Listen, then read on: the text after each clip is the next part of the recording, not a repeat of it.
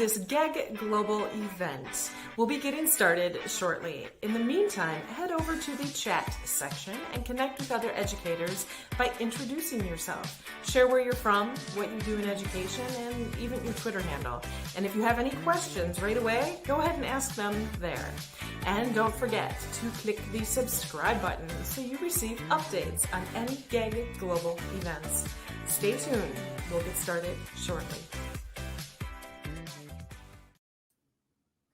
Hello, everybody, and thank you for jumping in. I know it's during the workday for pretty much everybody, and for those of you joining after the fact, there will be a student-paced Nearpod link put into the description for the video. Right now, everybody should see a join link in the chat. I'm going to go ahead and grab it one more time, and you may see me look to the side, and that's where I have my second monitor set up with the chat. But if you would, please go ahead and grab that link and jump into the teacher-paced Nearpod, and we'll jump in just a few moments.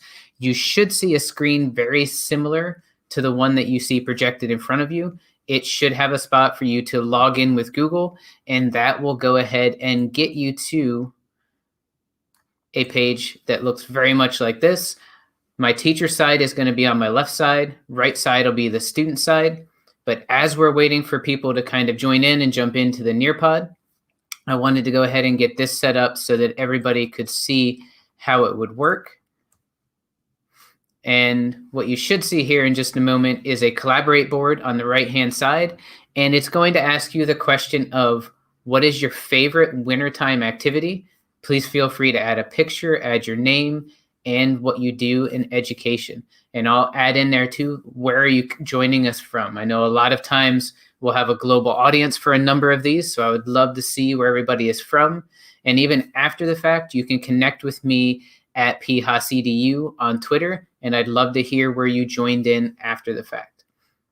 But again, we'll give everybody a few moments, and if you scroll up in the chat, you should see the code to jump into the Nearpod if you would like, and we'll give everybody a few moments to go ahead and populate that in.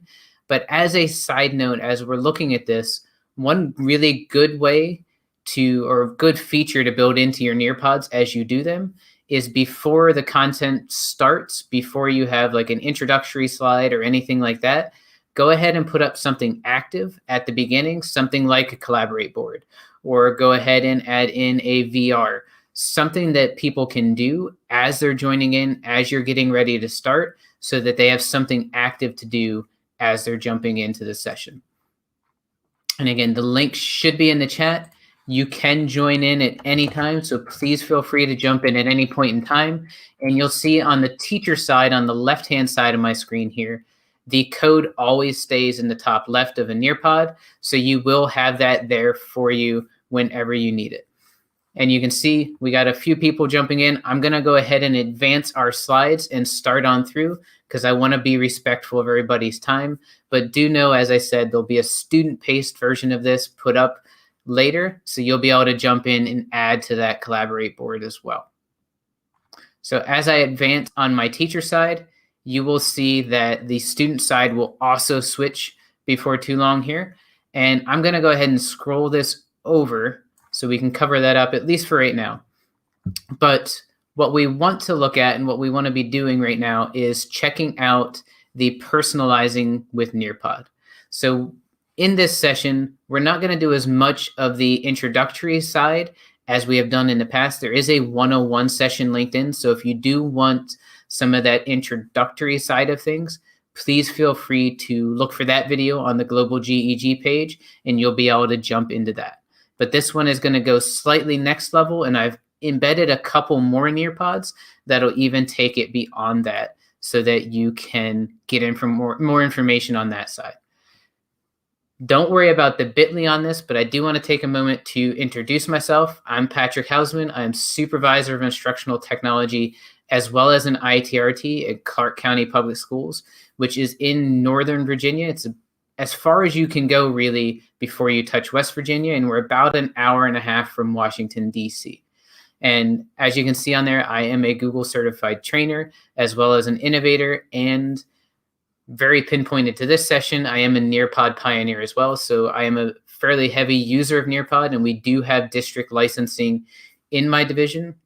If you're not familiar, Nearpod is what I would term a freemium tool, which means you do get some features for free and other features you do need to pay for. So keep that in mind as we go through. If you jump in, you log in, and you're looking at Nearpod and you maybe don't see all of the pieces, just know that that's probably because you may be in a free account and you can get to a paid version that would give you all of those features. And just as a side note, as people jump in a little bit after the fact, you do have the code up here in the top right to be able to join in. And on the teacher side, you can bring that up at any point. Students could go to nearpod.com and put that code in, but you do have the option to snag the link, post it in Classroom, and then of course you can throw it into the chat box if you are teaching virtually, or post it where you need that link to go.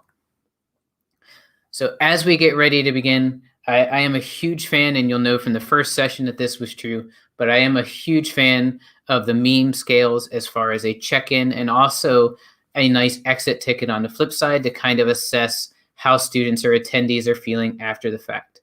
So you should see a scale up on your screen right now. Go ahead and use the chat if you would, and tuck in the number that you feel kind of fits for you. So today we do have a CAT scale. And on the CAT scale, how are you feeling before the session starts? I know for me, it's 1 o'clock in the afternoon Eastern time. For others, it's in the morning. Others, it's even later in the day. So if you would, take a couple moments and go ahead and tuck in the chat the number that you feel kind of fits best for you.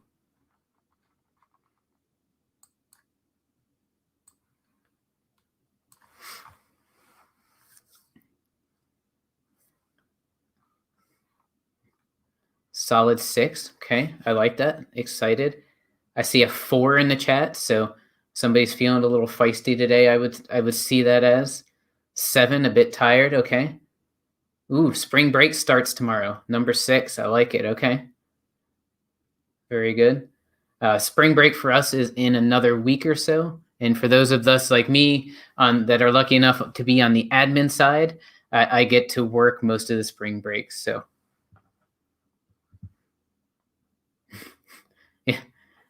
yeah, and that's where I agree. I see as somebody talked about number 4 and hiding emotions. I get to wear a mask most of the time. I'm in my office by myself, so I don't have to wear one right now. So that is one of the benefits of being masked, is being able to, without a doubt, hide some of those emotions. And a 6, awesome.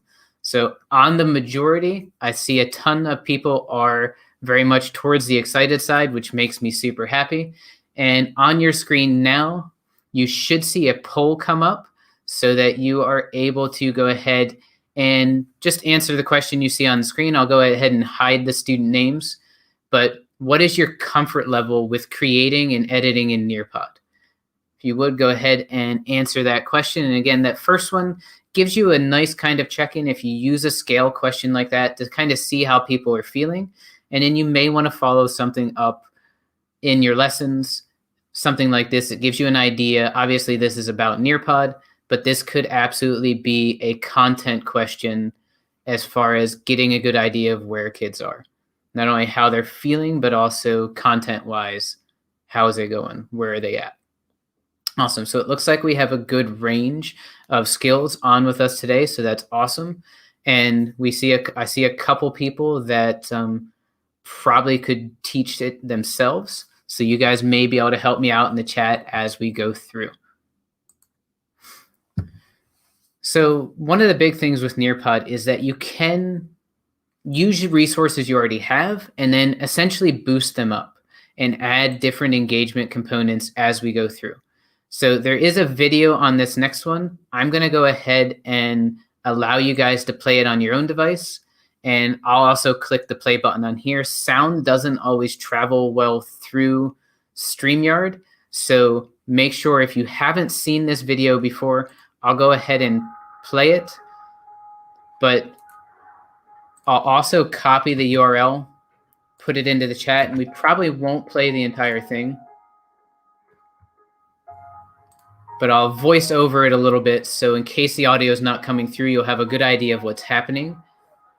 But This video is all about making somewhat of a subtle change. I mean, it's a big undertaking, but changing a thing to see what kind of impact it would be to make something maybe a little more fun. So in this case, they replaced a stairwell with what was a live playing piano, essentially. So as you walk down the stairs, it made piano sounds as you go up through. And the hope was to see how much would this change? How many people would use the stairs instead versus using the escalator?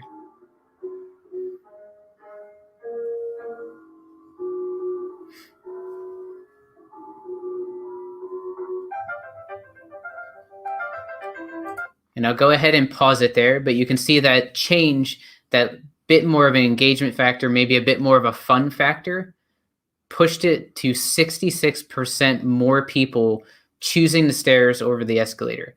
So in a sense, Nearpod can help kind of do that same thing for a lesson.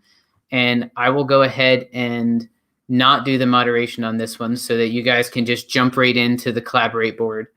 But this one asks you, what did and did not change? So in that video, what did they change? What did they not change? And then how did it affect? What did upping that engagement affect with essentially the students, or in their case, the people that were coming up out of the subway? And one thing I would encourage you to do, if you didn't on the first collaborate board, make sure you note down at the bottom, you can add text. You can also pull it up and add images, which you can do a safe Google search right within this, so that you can fairly easily encourage your students to not only do text, but if it could be a nice accessibility option, they can also insert some images as well. And on the teacher side, something you can do is sort it by the time that it came in, as well as student names. Yep. And there's a few videos out there where kind of subtle things were changed to kind of boost it up. Exactly. They didn't change the stairs, but they layered something on top of it. They added a little bit. They added maybe that gamification element, that play element. They did something to make it more exciting, something to make it more engaging. And as we compete more and more on the teaching side with video games and different things that are designed by absolute professionals and have graphics and stuff that are amazing, huge engagement factors, we definitely need to think about ways that we can up the engagement piece and make it so it's not just a slideshow, it's not just somebody lecturing at the front, but it's mixed up with engaging pieces. So we'll go ahead and keep rolling on through. Thank you, everybody that has jumped in, added some comments there. Hopefully by the end of this session, you'll definitely know how to create a presentation. You'll know how to personalize it somewhat and add some differentiation pieces. And you'll also know a lot of those different pieces that you can add in. And we may even, as the last bullet point touches on, walk through how you can contribute to your school library or maybe even your district library, again, if you have that licensing. So if you have not, the easiest way, and please feel free to play with Nearpod as we go through. I'm going to go ahead and open another tab so I can show you some of these options, but built into this, it's going to walk you through how to log in. If you've never done Nearpod before, you would go to nearpod.com, and actually I'm going to go ahead and do an incognito window so it doesn't know I'm logged in already. But at nearpod.com, you would just click login at the top right, and then you can log in with Google credentials, or you can do a username and password. A lot of times districts will set it up so that it is single sign-on. If you're a student joining a lesson, you can also just type the code in. Once you're logged in, then it's the time to kind of play with how do you create, what can you do within Nearpod. And this time I will go ahead and pop open a new tab to walk you through a little bit more live than I did in the last session, how you do a couple of these things. But again, we won't spend a lot of time on this creation part because that was covered in the intro session earlier on. But once you're in, you do have the create button here in the left. You also have create up here at the top right. Either one will get you to the creation point. So whichever one you're more comfortable with, it is the same option either place. If you know you're going to do an interactive video, which is Nearpod's kind of version of what Edpuzzle does, as far as being able to find a video, or you can upload your own video and embed assessment components, you can choose that option. If you know you're going to have a lesson with multiple pieces, you can also choose the lesson option. This is going to take you to this screen where your top option, I always recommend, is to go ahead and name the Nearpod. Then you get into adding the different content pieces. You have two tabs here. One is content. That's where you can add things like videos, regular slides. Web content is pretty much anything you can get a link to. You get 3 free vocabulary videos unless you pay for a subscription. And you can see there's a range of other options here that are on the content side. So not so much those engagement pieces or those elements. A lot of those come in more here with the activities one. And this is where you can do things like the gamification component in Nearpod. That is the time to climb game. It works very much like creating a quiz, but it gives some music in the background and you actually climb up the hill based on how quickly and if you get the answers correct. And you can see other elements you have include open-ended questions, matching pairs, fill in the blanks, memory test, a bunch of different options for things that you can add in. One thing I do want to make sure that I mention, and I'm going to pop open to Google Drive to show this as well. There is a Nearpod Google Slides add-on, not extension, an add-on. And what you can do with that is very easily add Nearpod components within Google Slides. This is now a paid feature. So again, if you're on that free side, know that you won't have this option. But if you do have the paid account, you can get to this. And it's through add-ons, Nearpod, and then open Nearpod. You may have to update the add-on, and it may also ask you to tie it to the correct Google account. So any of those things you may have to do, just give it the information that it needs, connect it to the right account, and within a few moments, you're going to have those Nearpod options right there within Google Slides. In the interface you're used to editing, you can add any of these components, including the fill in the blank, and they're all going to look exactly like they do within Nearpod. So if you're comfortable editing on the Nearpod side, you get the exact same screens here within Slides. One of the big things you want to remember is that you can still share this just like you could in Slides. So in Nearpod, when you share, it essentially makes the person another copy. Here, they can actually edit in Slides, add all the pieces, and it can be truly collaborative. And the last thing you want to make sure you do after you create your Nearpod, you add in the components in Slides, is hit in the bottom right-hand side, the save and go to Nearpod. That's what will actually put your presentation into Nearpod and show it on your library screen, which is how you'll then be able to either choose live participation or student paced. And I know that was fast and I didn't get into all the how-tos, but again, there is the how-to video, the more 101 session on Global GEG's lesson library. And there are also a number of resources on the Nearpod site as well.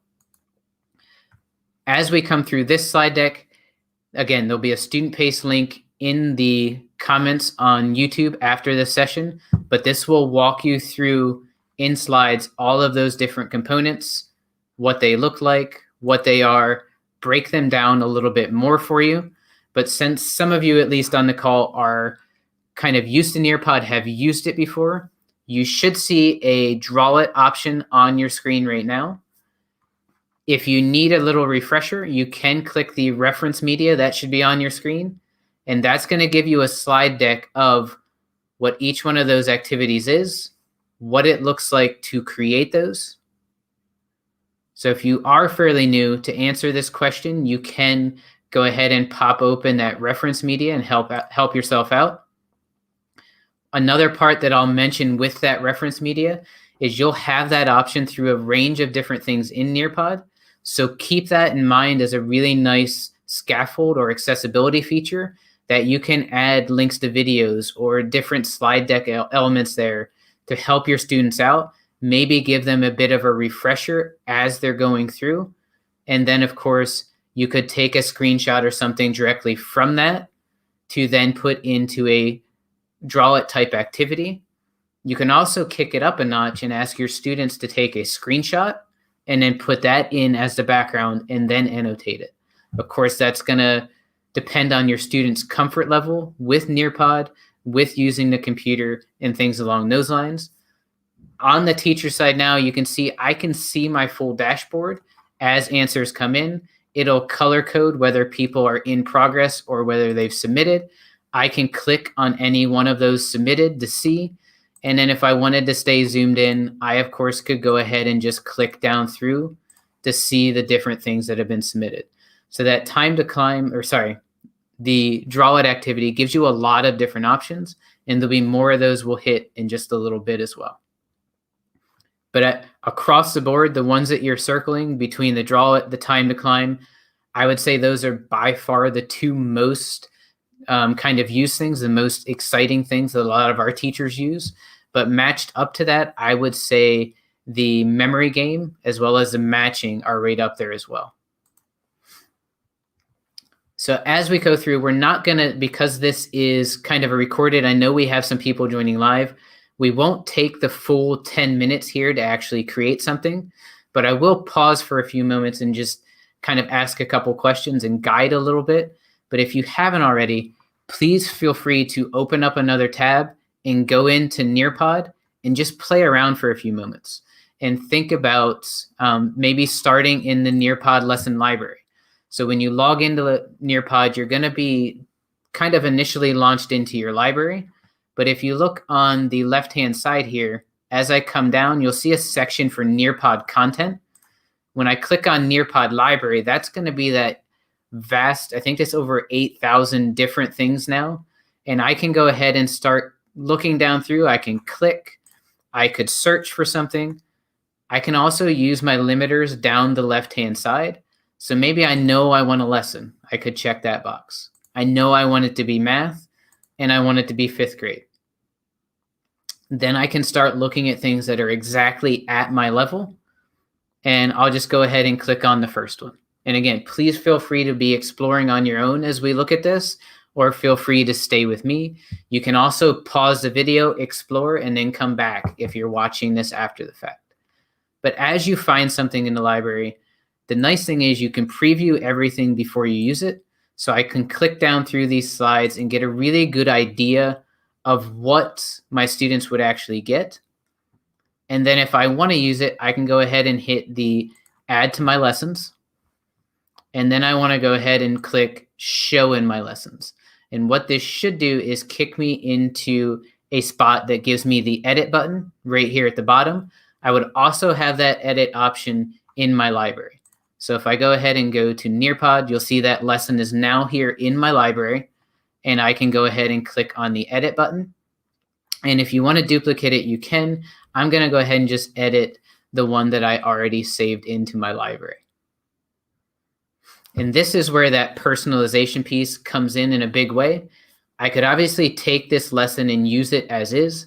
I could have taken the Nearpod provided training and just used that as is, but I wanted to personalize a little bit. I wanted to put that meme scale in. I wanted to add a few questions. I wanted to customize the questions to me.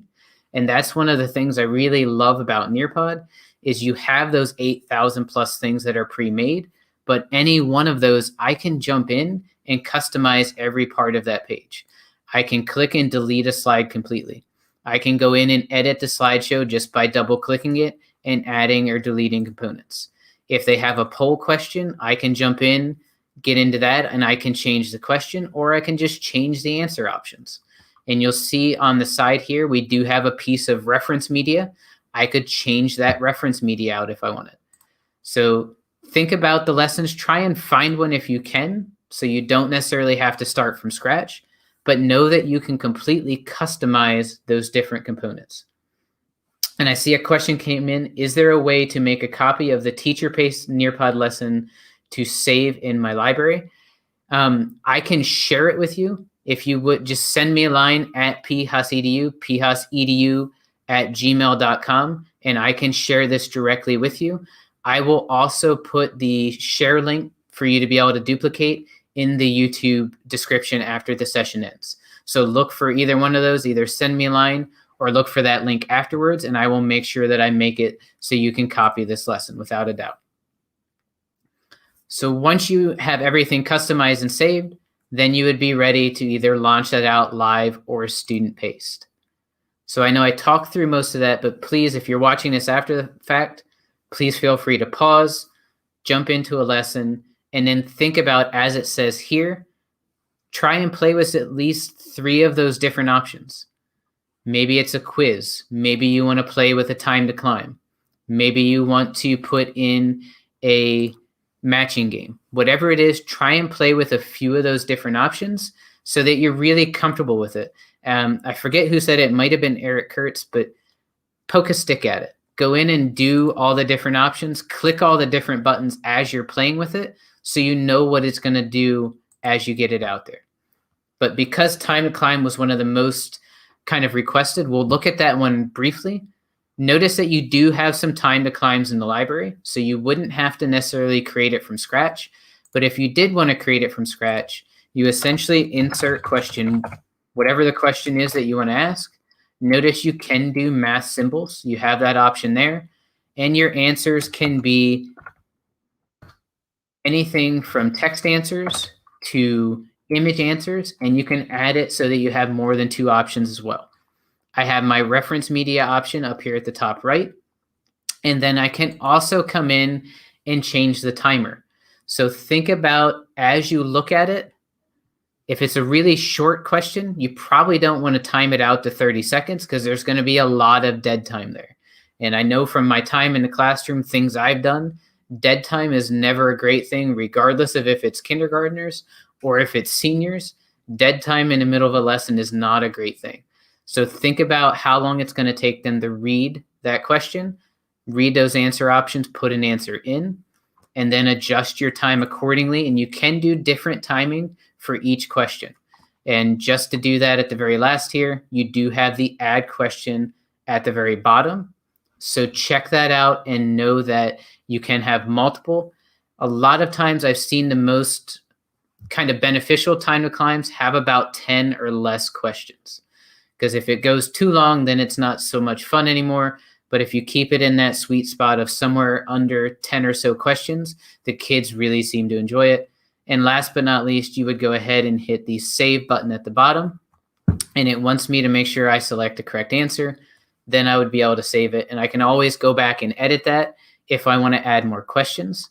The last thing I'll point out on this editing screen is that as you add different things, just know it has a tendency to make it the last thing. So if you don't want whatever you just added to be last, you would just drag it up, drop it where you think it fits, where it should be. We'll go ahead and jump back to the slides, and we'll take that screen back to our lesson library. So hopefully you've had at least a little time, you've paused the video, you've been playing with it as I've talked if you're here live, but you've jumped in and you have an idea of what Nearpod has to offer. There is that lesson library, and then kind of like the cable company, you also have a number of different expansion packs. So I see Stephanie tucked in the chat that she didn't know there was so many options. This isn't even all of them. If you are lucky enough to have that subscription and then have the added subscriptions, you'll notice that if I pop back here temporarily to my library, we also in my district have the digital citizenship library added on, historical perspectives and literacy, as well as social and emotional learning. There's at least 5 other different ones. We won't get into those right now, but do know, based on what you have maybe in your strategic plan or where you guys know you're going in your district, there's a few other packages that you can add on that may have some great content to start you and your teachers off with so they don't have to go from the very beginning from that scratch point. And please, as I go through, please feel free to tuck any questions you have in the chat. And I couldn't have planned it better, but on cue, we do have a time to climb game that's going to come up for you on your screens in just a moment. I'm going to go ahead and leave it as the underwater. I'll go ahead and enable the sound. You can mute it if you need to. But on your screens, you should now have the option to jump into a time to climb if you want to go ahead and choose your character and go ahead and get it advanced. We should start seeing a few pop up on the screen. After we get a few on here, I'll go ahead and advance it. Anybody that is maybe multitasking, you will be able to jump in as we go through, but we'll give everybody a few seconds here. One thing that I always point out for the students, because they sometimes have a tendency to click a little too fast, is that you do have an arrow on that first character screen, and you have a number of different sets of characters you can choose from. I'll go ahead and start the time to climb because I want to stay on pace here to make sure we don't go over the hour mark, and really I want to be less than that. But on your screen, you should have a question now that gives you 10 seconds to answer, and it is essentially Nearpod is, and then gives you a few options. And again, based on how quickly that question gets answered, you climb faster further, but you will notice that nobody goes backwards. And that's a really nice thing about this game as far as keeping that positive reinforcement. They might not have answered the fastest, they might not have even got the right answer, but we don't want anybody to go backwards or go off of that screen completely. And we'll go ahead and let the Nearpod go through, but Nearpod can very easily be used face-to-face, remote, or if you're like our secondary teachers, if you're teaching both groups at the same time, it also works very well there too. And this question, Nearpod gives a voice to what percentage of students? The goal is really that it gives 100% through those different engagement options, and it gives you very nice data on the flip side as well for each one of those students. And I can tell you, definitely works with students. It definitely works with adults. I have not had many adults at all complain that they got to play a time to climb pretty much ever.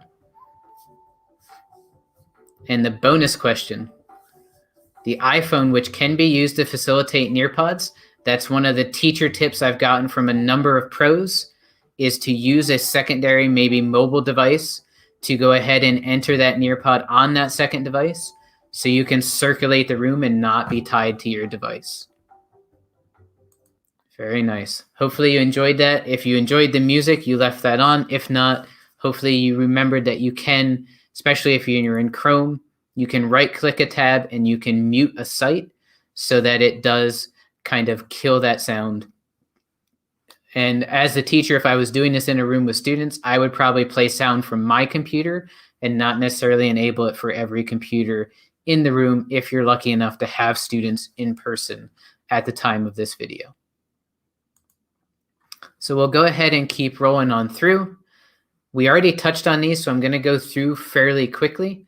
But again, remember, you can find those lessons in Nearpod, and you can customize any one of those.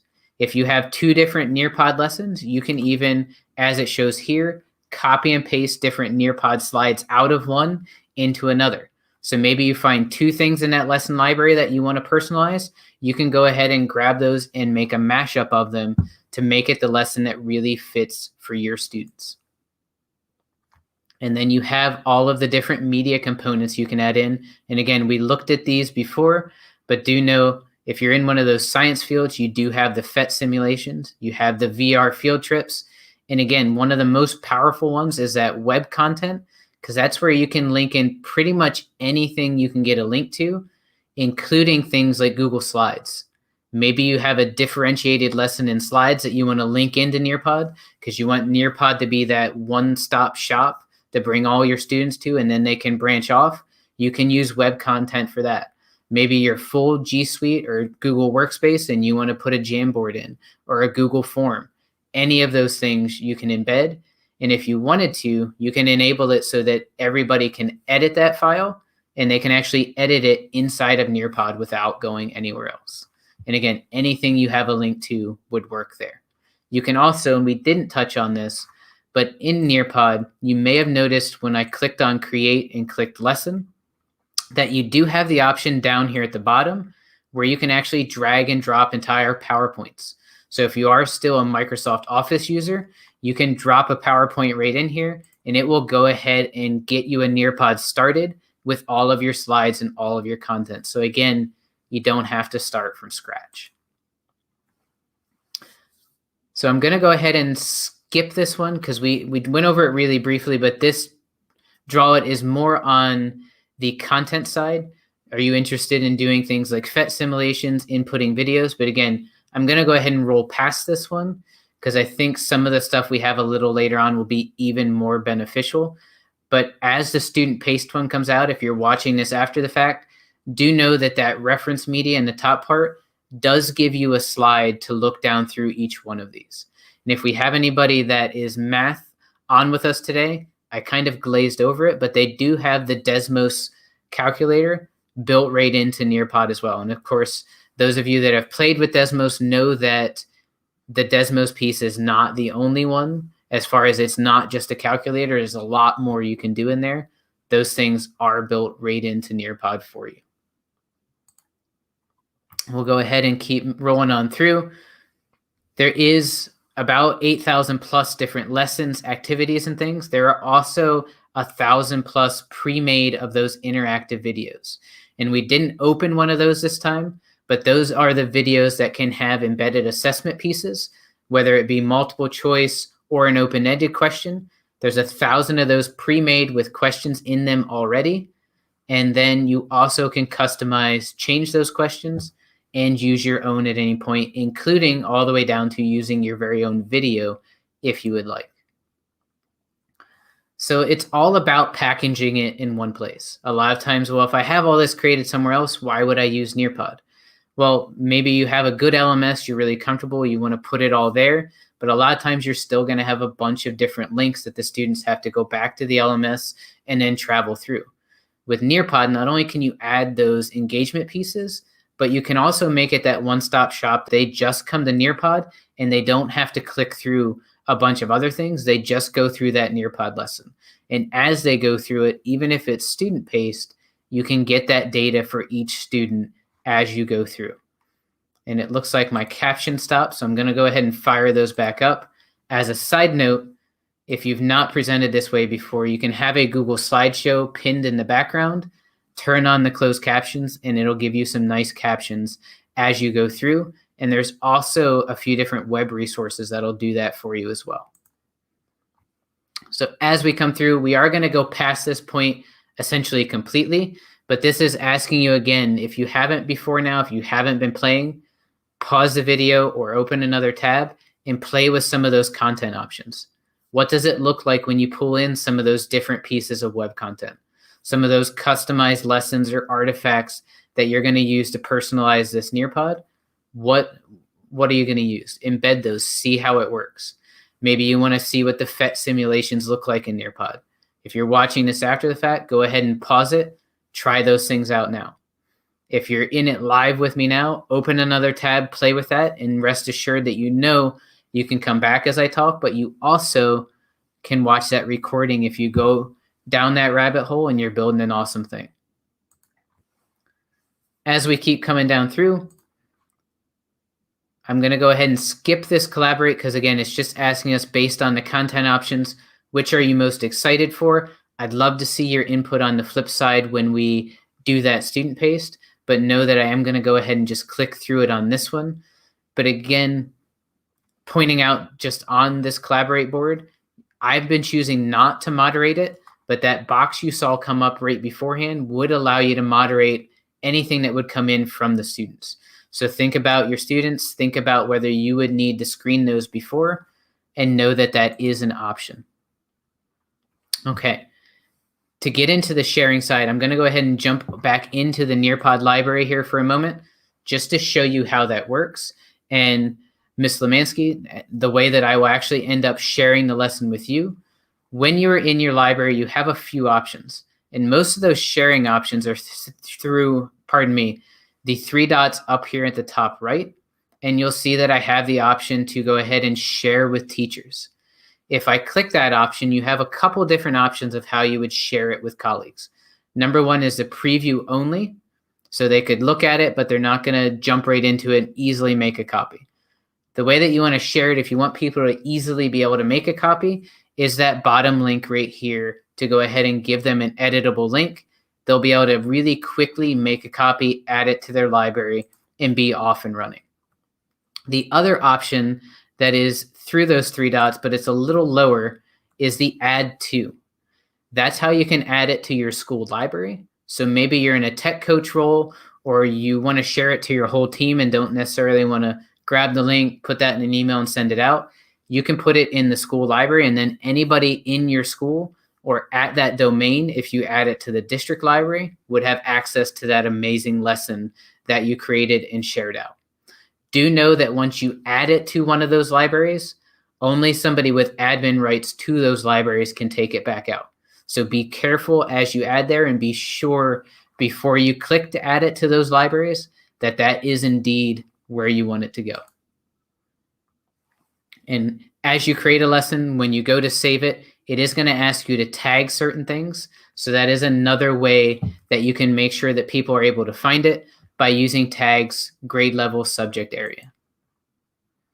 And we touched on these already, so I'll go through these slides pretty quickly, but know you will have this as student paced after the fact to go ahead and walk your way right back through any of the options. Now, I want to pause on this one as we get close to wrapping up. This is a Camp Engage session that I ran back in winter. And if I go ahead and advance through some of these slides, again, we won't go down through all of them, but you may have remembered the bit.ly from the beginning of the screen. That actually gives you a Google slideshow that was and it's not going to come through exactly right as the bit.ly, but if you click that, it should get you to the slideshow. But that gives you an idea of what it would look like built in through Nearpod and let you see those slides.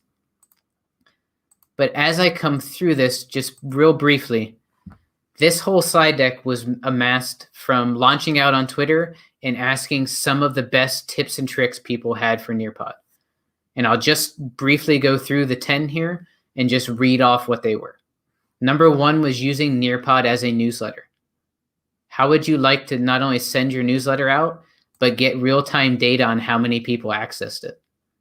Use a second device, we mentioned that, to walk around the room and be able to easily hide and show names, advance the content without being tied to your computer.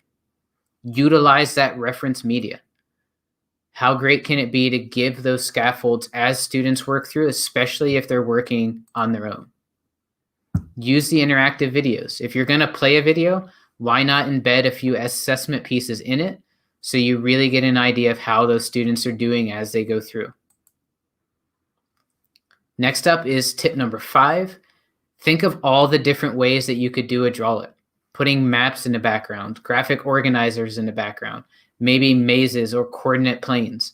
You could have matching activities. And again, to kick it up a notch, you could go ahead and have the students take a screenshot of something, upload that, and then annotate it.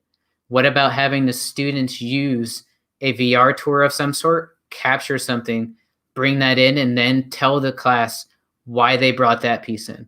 Why was that snapshot of what they found the thing they thought everybody would find great, or what they thought the most important thing would be?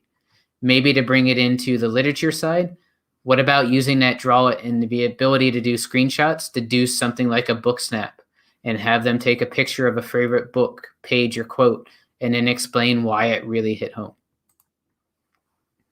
There are a number of different activities that you can use as a quick launch. So maybe you don't want to do an entire activity. You can launch a few things just on a few clicks. Whether you're in a lesson or in your library, you can add things on the fly. Great way to personalize and differentiate, again, on the fly as well. Launch in a new piece of web content or a Drawlet activity on the fly. Thinking and giving a nod to accessibility, why not go ahead and embed some audio of you reading the directions or another component that you're reading to help your kids? And maybe to help your students that struggle typing, why not go ahead and add in the ability for them to record audio so that they can add the audio and maybe try and type it as well, but give you that audio just in case they struggle on that typing side. Think about embedding choice boards or choose your own adventure items. And again, this slide deck will be linked in, so you'll have access to these. But those choice boards could be built in Nearpod. You can actually embed multiple Nearpods inside of a Nearpod and differentiate that way and let students choose the path they will go on. And as we mentioned, you can embed Google Slideshows and Google Docs in Nearpod as well. And those could have those options, again, to personalize or to differentiate for your students. Think about those gamified components. We looked at time to climb, but also think about just adding the timer to some of the quizzes and some of the questions, having those little pieces as far as having it time versus being able to take as much time as I want. That can add a little bit of a gamified piece as well. And one of my favorite things to do is add Easter eggs. So instead of just having it be the static slideshow, you can embed little hidden things. Maybe their image is linked to something. Maybe these goggles would be linked to an enrichment activity or a bonus activity. Maybe I would change a couple of the words. Maybe I'll change the color of the font. And then if the student picks up on it and they put those words or those letters together, it spells out another word or a phrase that is like the secret phrase of the day. So think about ways you can mix just little Easter eggs into your lessons as well. And then one of the last activities is to think about using, or tips that is, use that Google Slides add-on if you are a Google Workspace district. Make it easier to collaborate, make it easier to create slides in an interface you already are used to, or you already have a bunch of content in. Okay, I'll leave this box up here for a moment, if nothing else, for a moment to pause, because I know I've been going through a little bit quickly, but do know this is not only live streaming, but it will be accessible on the Global GEG's Learning Library page after this.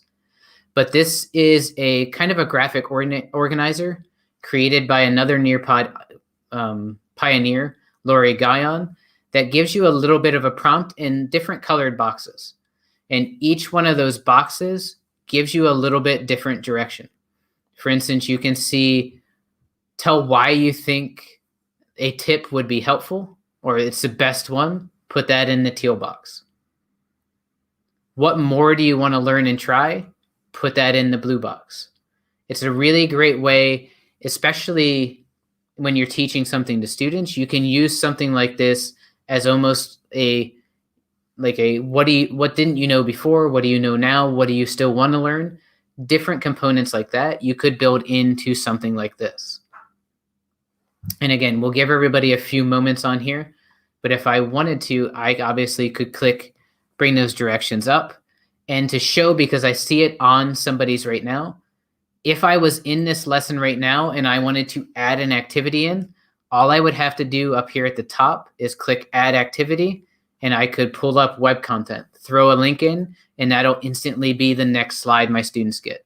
I could create an open-ended question, push that out. Same thing with a true or false, insert another slide, or add a draw it. Any of those things I could easily add in on the fly, push them out, and then I've adapted that lesson on the fly to personalize it to the students in my room at that exact time.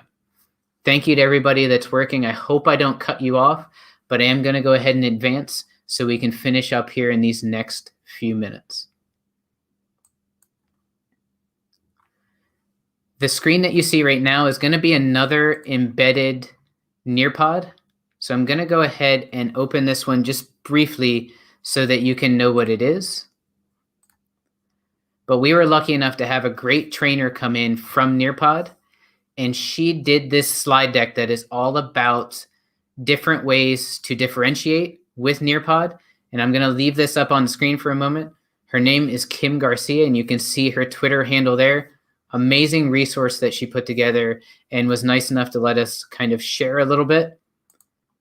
This will only be available for a few days, so make sure you jump in and check it out. But you can see a lot of the slides are similar, but then it gets into some different ways to differentiate, including going in and turning on or off Immersive Reader. That is in the teacher settings, which I'll show you here in just a moment, but embedding audio in one Nearpod and not in the other. It can be the exact Nearpod, you just duplicate it, but maybe you change a couple of the different accessibility things so that it's more differentiated for your students. It fits, but it doesn't over scaffold others. And then as I come through, again, you can add different audio components in, you can take different audio components away, and you can embed different audio pieces as well. So think about all the different things you can mix up. And one of the things I really like is all of the different things like adding media and things you can embed that are really nice extra little scaffolds, but they're not necessarily extra little things that any student to me would really pick up on and be like, these are here because I can't understand this on my own, or I can't do it on my own. They're there because they're easy features for the teacher to build in, and we really hope that they can help kids. So why not add the audio in? Why not add in something like a choice board? And this will show you briefly here an example of what a choice board would look like as a Google Doc, and one that is embedded via Google Slides. And we'll go ahead and likely stop looking at this one here, but know that there's a bunch of different ways to differentiate. We talked about adding on the fly. We also talked about adding Nearpods inside of Nearpods. So really the extent to which you can personalize and differentiate is really up to you. There's so many different things you can tweak and change. And again, what I really like is you can tweak and change those, build in a ton of accessibility and things without any one student feeling like they've been singled out. All it is the same look to the Nearpod with maybe a little bit more built in. I'll go ahead and leave this collaborate board up. This is one of the last things we're going to touch on before we wrap up. But hopefully, even if you were a Nearpod Pro, is there one thing that you saw throughout the presentation today that maybe you didn't know about Nearpod, or you didn't know you could do this to differentiate, or you didn't know you could tweak a Nearpod as much as you can to add those personalized elements? Feel free to add text. Feel free to throw in images if you want. And if it's easier, feel free to use the comments in the chat as well. I'll look over there periodically to check things out as well. But hopefully, again, even if you were one of the people that reported being a pro, that there was something you picked up that maybe was something you didn't know in the world of Nearpod. And again, I will make sure you have student paste links to these, that you'll be able to get back to this content, including some of those bonus slideshows that were built in. We'll go ahead and keep rolling on through because, again, I do want to, without a doubt, we are absolutely finishing in under the hour. But hopefully, as we pull everything together, you've gained some new knowledge on Nearpod. You know how to create, you know how to change things, you know some accessibility things you can build in, and you know some of that bonus content you can put in that really will spice up a lesson and pull kids in, even if they are remote, maybe if they're hybrid. Whatever way you're getting to them, hopefully you're able to get some of these added engagement components in. In the tail end of the slide deck here, or in the Nearpod, there are a number of different links here to a bunch of the different things we covered. We did not hit on reports, but do know that reports are there for pretty much every Nearpod. You just need to come back to your Nearpod library, go to reports, and you'll then be able to get through and check out all the data on every Nearpod that you've run. And how to is going to be right in to here, which will be linked into that student paste after the fact as well. If you go to Nearpod's website and scroll all the way to the bottom, you're going to see the teacher resource page. They have webinars every month. They have a great YouTube channel. They have a lot of archived resources. They have a blog that'll keep you up to date on all the updates. And if you like collecting some certifications and going that route, you can easily become a Nearpod certified educator. There's also an advanced Nearpod certified educator now, and they're bringing back the Nearpod certified trainer program. And there's also the Nearpod Pioneer program as well, which aligns with ambassadorship and other tech tools you might use. So to leave it here towards the very end, you do have my contact information one more time at PHASEDU on Twitter. You're also going to be able to connect with me via my email it's phasedu@gmail.com. You also have my website at phasedu.com that will give you all of the different resources that you might need. Not only this slide deck, the Nearpod will be there before long, but also a lot of the presentations I've given over the years. And again, if you remember PHASEDU, you'll have me on Twitter, Gmail, as well as my website. And with that, I want to thank you, Everybody that came, I see that we're up to 15. I hope it was a valuable session for you. Everybody that is going to join in on the recorded side after the fact, I hope that this session is good for you as well. And I really sincerely hope that if you have any questions, you'll reach out at any point and we can connect. I can help you out, or we can also collaborate and make some awesome stuff together. Thank you again for your time, and sincerely reach out anytime.